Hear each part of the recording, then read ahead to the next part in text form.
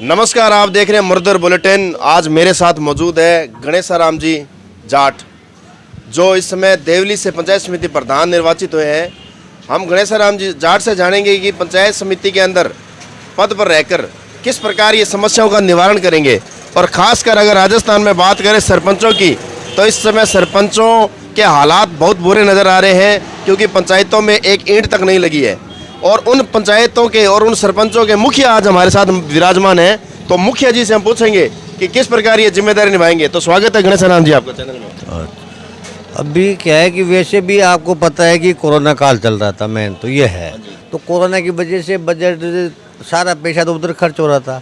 अब धीरे धीरे समस्याएं थोड़ी समझ में आ रही है, तो अब विधानसभा भी चल रही है और अभी उन्होंने कुछ बजट डाइवर्ट भी करा है और सेंटर से भी नहीं आए तो वो भी अब किस्तें आ जाएगी। तो वह है कि ये जनता और सब पर संतुष्ट हो जाएंगे। गणेशाराम जी, आज जब से आपकी सरकार बनी है, कांग्रेस सरकार बनी है, तब से या तो होटलों में नजर आई है या फिर चुनाव में नजर आई है। और अगर बात करें ग्राउंड लेवल की, बात करें जमीनी स्तर की, तो आज सरपंच दुखी है और सरपंच दुखी है तो जनता दुखी है।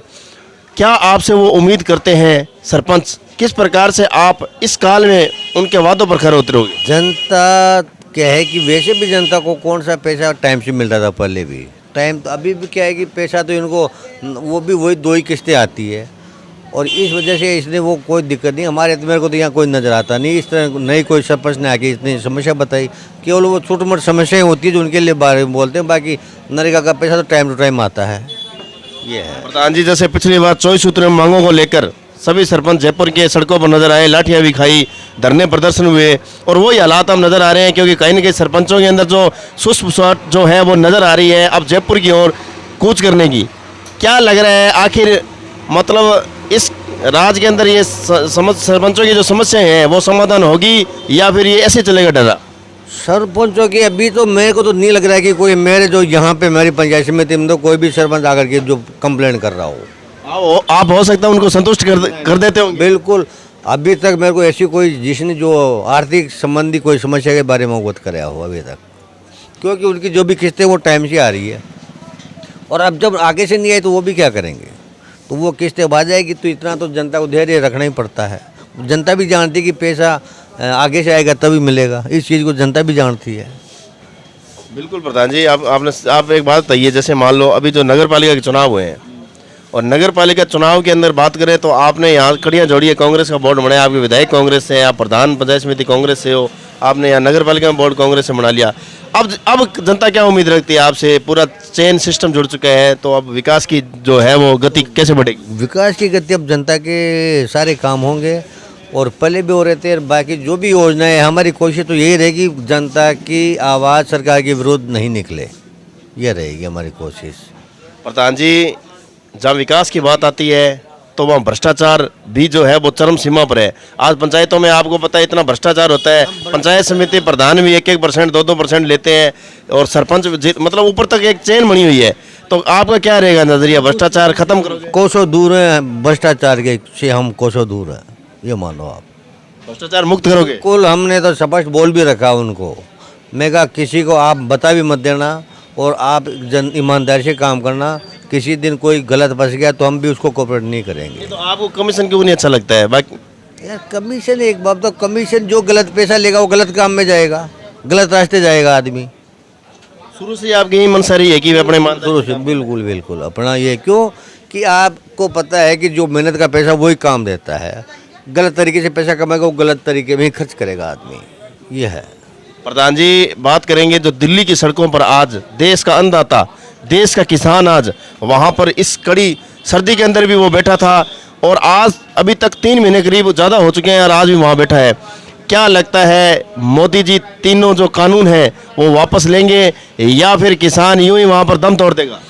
अब किसान देखो अपने हक के लिए लड़ना पड़ता है, लड़ रहा, आखिर में इनकी विजय तो होगी किसानों की। अब वो उनको किसी भी तरह संतुष्ट करे, लेकिन वो बात किसानों के हक में ही जानी चाहिए, मेरा तो यही आइडिया है। नहीं, राहुल गांधी जी आपके लगातार राजस्थान के दौरे पर रहे, उन्होंने मतलब काफ़ी वो किसानों से उन्होंने सभाएं भी की। क्या लगता है इसका असर होगा? बस देखो मेन तो क्या है कि सभाओं से असर, क्योंकि आदमी थोड़ा बहुत वो तो होता ही है, उतने वो तो जागता तो है ही। और थोड़ी उसमें भी भावना जागृत होती है कि भाई ये देखो घूम रहे हैं, ये पार्टियाँ सभाएं कर रहे, तो जनता सोचती है कि ये जब ये करे तो अपन भी इसमें सपोर्ट करें। और किसान के लिए तो क्या है कि सभी लोग, क्योंकि आज अपने गांव में 70% जनता गांव में रहती है, तो गांव शहरों में तो 30% मतदाता है, सारा निर्णय यही गांव के लोग करते हैं। तो इस वजह से गांव किसानों की आखिरी में सरकार को बात माननी पड़ेगी। अगर पंचायत समिति देवली की बात करें तो यहाँ से सर का ताज सौंपे आपको प्रधान बनाया है, तो कौन सी ऐसी बड़ी समस्या है आपको लगता है भी आपके 5 साल के इस कार्यकाल में आप वो पूरा कराएंगे? समस्या हमारे यहाँ तो कोई ऐसी है नहीं, और बाकी क्योंकि जो जनता आती है उनको कोशिश हमारी ये रहती है कि कोई भी आदमी निराश होकर के नहीं जाए, और उनका बिना दिक्कत के, और सभी को हमने बता भी रखा है, और हम भी ध्यान रखते हैं कभी भी किसी का फ़ोन आता है तो उसके लिए हम समस्या के लिए हमेशा सुनते हैं, और संबंधित आदमियों उसको हम बताते भी हैं। वैसे तो सभी को बता रखा है कि मैं का कोई भी आदमी है उसका काम आप बिना किसी के फ़ोन के इंतजार के आप उसका काम जो भी काम हो उसको करो। प्रधान जी, जैसा कि आपके अभी विधायक साहब आने वाले हैं और आपको जाना है, क्योंकि आप पार्टी आपकी भी कांग्रेस की और प्रधान विधायक आपके कांग्रेस से है, उसी प्रकार क्या जैसे आपके जो सरपंच है, वैसे तो सरपंचों की पार्टी नहीं होती, लेकिन आजकल सरपंच भी झंडे उठा रहे हैं अलग अलग दलों के, तो क्या आप जो भाजपा के जो सरपंच बने हैं उनके साथ कोई भेदभाव रखते हो, उनको बजट देने में कोई आनाकानी करते हो क्या रहेगा? नहीं नहीं, उसमें अपन ने स्पष्ट बिल्कुल, बस देखो बनने के बाद में सब लोग बराबर होते हैं, तो उसमें कोई नहीं है कि जैसे अब वो सरपंच है वो पैसा खुद थोड़ी करे, जनता के लिए करे, तो जनता तो सभी की है। तो आपके लिए सब एक समान है भाई जनता तो एक बात तो जनता तो सभी की है ना, सरपंच थोड़ी है किसी सरपंच पैसे जेब में ले जा रहा है। बिल्कुल सही है। भाई वो पैसा कहाँ लगाएगा जनता में, और जनता सरकार को सुनती है, जनता हमारी सबकी है, तो हम तो ऐसा भेदभाव करते नहीं है उसमें।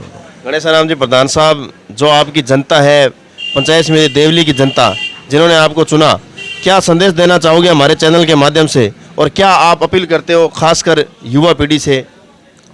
हम तो देखो यही है कि जनता की जो भी सरकार की जो योजनाएं हैं उनसे पूरी जनता लाभान्वित हो, और कोई आदमी किसी काम के लिए दुखी नहीं हो, और ये हमारी कोशिश है, और ये हम इसी को, और भ्रष्टाचार बिल्कुल नहीं हो, हम इसी पक्ष में हैं हम तो। ठीक है प्रधान, शुक्रिया। तो ये थे हमारे साथ नवनिर्वाचित प्रधान गणेश राम जी जाट। गणेश राम जी से आज हम इंटरव्यू के माध्यम से हम खट्टे मीठे और कड़वे सवाल पूछे, जिस पर गणेश राम जी ने बेबाक तरीके से स्पष्टवादिता के साथ जवाब दिए। गणेश राम जी का कहना है कि मेरे को जनता ने मुखिया चुना है, मेरे को सरपंचों ने मुखिया चुना है, तो सबको मैं एक समान लेकर चलूँगा, मेरे लिए सब बराबर है। जो भी गांव की, पंचायत की, शहर की समस्याएं होगी उनको ज़्यादा से ज़्यादा जनता तक लाभ पहुंचाया जाएगा, वह अंतिम छोर पर बैठे उस व्यक्ति को लाभ दिया जाएगा जो मेरे से उम्मीद करता है। यह तो आने वाले 5 साल में पता चलेगा कि देवली का जो नक्शा है वो विकास की दृष्टि से कहां तक साबित होता है। तब तक देखते रहिए मुरुदर बुलेटिन। मेरे सहयोगी सुभाष जाट के साथ रमेश मेघवाल।